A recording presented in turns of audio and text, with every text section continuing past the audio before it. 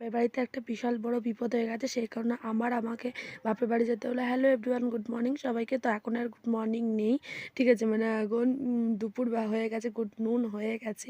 তো এ দেখো তা দুপুর দুপুর বেরিয়ে পড়েছি, আমার সোনামাকে নিয়ে রেডি করে দিয়েছি।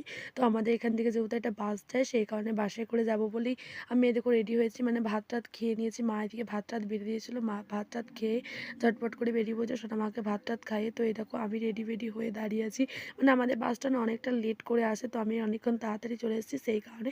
আর কি বিপদ হয়েছে তোমাদেরকে আমি এখনই বলছি। আমার ঠাকুমার, তোমাদের কদিন আগেই জানো যে খুব পরিমাণ শরীর খারাপ হয়েছিলো, তো মাঝখানে একবার হার্ট অ্যাটাকের মতো হয়েছিল, সেই কারণে একবার দেখতে যাচ্ছি, মানে আমি হসপিটালে গিয়েছিলাম, ঠিক আছে। আর তারপর আর কোনো যাওয়া হয়নি। তো সোনামার বাপি যেহেতু কালকে আসবে, সেই কারণে আমি আজকে যাচ্ছি, আর সোনামার বাপি কালকে আসবে, তো কালকেই বাড়ি চলে আসবো। তো এই দেখো বাসে চেপে পড়েছি, তারপরে দেখো ট্রেনটাও পেয়ে গেছি ঝট করে এসে, মানে ট্রেনটার খবর করে দিয়েছে, কিন্তু আমরা ট্রেনে চাপিনি।